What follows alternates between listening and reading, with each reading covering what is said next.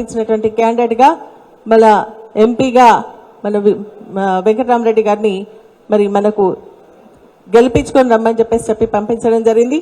మన ప్రతి ఒక్క కార్యకర్త కూడా మొన్న చింతా ప్రభాకర్ అన్నకి ఏ విధంగా అయితే నిలబడి కష్టపడడం జరిగిందో ఇప్పుడు అంతకంటే ఎక్కువ కష్టపడి మన క్యాండిడేట్ ని గెలిపించుకోవాల్సినటువంటి బాధ్యత ప్రతి ఒక్క కార్యకర్త పైన ఉంది అని చెప్పేసి కూడా నేను తెలియజేస్తా ఉన్నాను. ఎందుకంటే మనం చూస్తా ఉన్నాం ఈ రోజు 3 నెలల్లో మేము ఏదో చేస్తాం, 100 రోజులు మాకు సమయం ఏంటి, మేము మంచి మార్పు చూపిస్తామని చెప్పినటువంటి మరి కాంగ్రెస్ ప్రభుత్వం ఏం చేసిందో మనందరికీ తెలిసిందే. వాళ్ళు అదే చెప్పడం జరిగిందంటే రైతులకు రైతు భరోసా ఇస్తామని చెప్పి 15,000 ఇస్తామన్నది ఇంతవరకు ఇవ్వలేదు. మరి చాలా మందికి 4 ఎకరాల వరకే వచ్చింది కానీ ఇంతవరకు రాలేదు. అది ఒక మార్పు చూపించడం జరిగింది. రైతులకు నిరంతరం 24 గంటలు కరెంట్ ఇచ్చినటువంటి కేసీఆర్ గారు ఉంటే ఈ రోజు కరెంటు లేక కష్టాలు పడుతున్నటువంటి రైతులు చూస్తా ఉన్నాం. అదేవిధంగా రైతులకు సంబంధించి బోనస్ ఇస్తామన్నారు 500, అది ఇంతవరకు రాలేదు.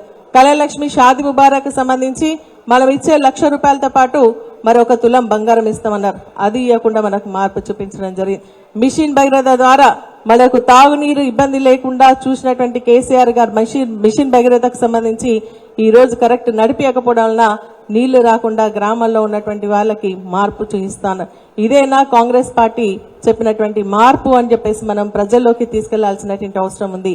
కేసీఆర్ గారు రైతు పక్షపాతిగా నిరంతరం రైతుల గురించి ఆలోచించేటువంటి వ్యక్తి. ఈ రోజు ఓడిపోయినా కూడా మరి ప్రజల గురించి ఆలోచిస్తున్నటువంటి వ్యక్తి మన కేసీఆర్ గారు అని చెప్తా ఉన్నాం. మేము ఒక మొన్న మీటింగ్ లో కూర్చున్నప్పుడు రైతులకు ఎందుకు కరెంట్ ఇవ్వట్లేదు, ఎందుకంటే నేను ఉన్నప్పుడు మరి గ్రిడ్లు ఇటు ఛత్తీస్గఢ్ కి కలిపినాం, అదేవిధంగా నేషనల్ గ్రిడ్ కలిపినాం.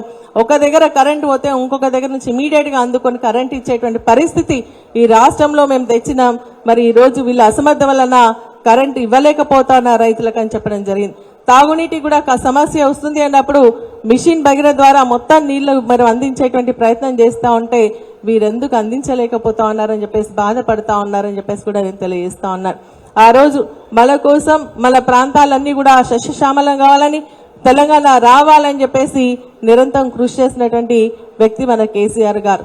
మరి ఈ రోజు మనం దాదాపు 38 మంది గెలవడం జరిగింది అంటే 39 లాస్ట్ ఇయర్ చనిపోవడం జరిగింది. 38 మంది ఉన్నామంటే మన అసెంబ్లీలో కూడా చాలా స్ట్రెంగ్త్ ఉంది. మరి మనకి కృష్ణార్జున్ లాగా మన హరీష్ రావు గారు, కేటీఆర్ గారు మాట్లాడుతూ ఉంటే అటు కాంగ్రెస్ పార్టీకి సంబంధించిన వాళ్ళకి సమాధానం చెప్పలేనటువంటి పరిస్థితిలో ఈ రోజు మన బలం గొప్పగా ఉంది అని చెప్పేసి కూడా మనం ఆలోచన చేయాల్సినటువంటి అవసరం ఉంది అని చెప్పేసి కూడా తెలియజేస్తా ఉన్నా. ఈ రోజు రైతులకు సంబంధించినటువంటి చాలా సమస్యల పైన మరి కరెంట్ విషయంలో కానీ, మిషన్ భగీరథ విషయంలో కానీ, అదేవిధంగా కాళేశ్వరం ప్రాజెక్టు విషయంలో కానీ మరి చాలా గట్టిగా మరి ప్రభుత్వాన్ని కూడా నిలదీయడం జరిగిందని చెప్పేసి కూడా నేను తెలియజేస్తా ఉన్నా. ఈ రోజు రైతులకు సంబంధించి రైతు భరోసా రాకపోవడం వల్ల వాళ్ళకి ఇచ్చినటువంటి అంటే రుణమాఫీ చేయకపోవడం వల్ల వారికి ఇచ్చినటువంటి రైతు భరోసా కానీ వాళ్ళ అకౌంట్ లో ఉన్నటువంటి డబ్బులు కూడా మీరు కడితే తప్పితే రైతు రుణమాఫీకి సంబంధించిన డబ్బులు కడితే తప్ప మీరు తీసుకోవడానికి లేదు అని చెప్పేసి రైతులను సతాయిస్తా ఉన్నారు. రైతులు కూడా మరి ఆ విషయం గమనిస్తా ఉన్నారని చెప్పేసి కూడా నేను తెలియజేస్తా ఉన్నా. ఇవన్నీ కూడా మనం ప్రజల్లోకి వెళ్లాల్సినటువంటి అవసరం ఉంది. మనం ఈ రోజు ఏంటంటే ప్రభుత్వం మనం రాకపోయిండొచ్చు కానీ కేసీఆర్ గారి బలం మరి ఎవరు ఊహించినంత గొప్పగా ఉంటది. రేపు పొద్దున కూడా వారి నాయకత్వంలోనే మళ్ళీ మన తెలంగాణ అభివృద్ధి జరుగుతాయితే తప్ప ఈ రోజు కాంగ్రెస్ పార్టీ చేసేది ఏమీ లేదు అని చెప్పేసి కూడా మనం గమనించాలని చెప్పేసి కూడా నేను ఈ సందర్భంగా తెలియజేస్తూ మరి వారి సూచించినటువంటి మన జిల్లా కలెక్టర్ గా అంటే ఇక్కడ మనం సంగారెడ్డి జిల్లా పీడీ DWMA గా పనిచేయడం జరిగింది, అడిషనల్ కలెక్టర్ గా పనిచేయడం జరిగింది, మెదక్ జిల్లాకు ఇన్ఛార్జ్ కలెక్టర్ గా పనిచేయడం జరిగింది, సిద్దిపేట జిల్లాకు కలెక్టర్ గా మరి పనిచేసినటువంటి అనుభవం ఉంది.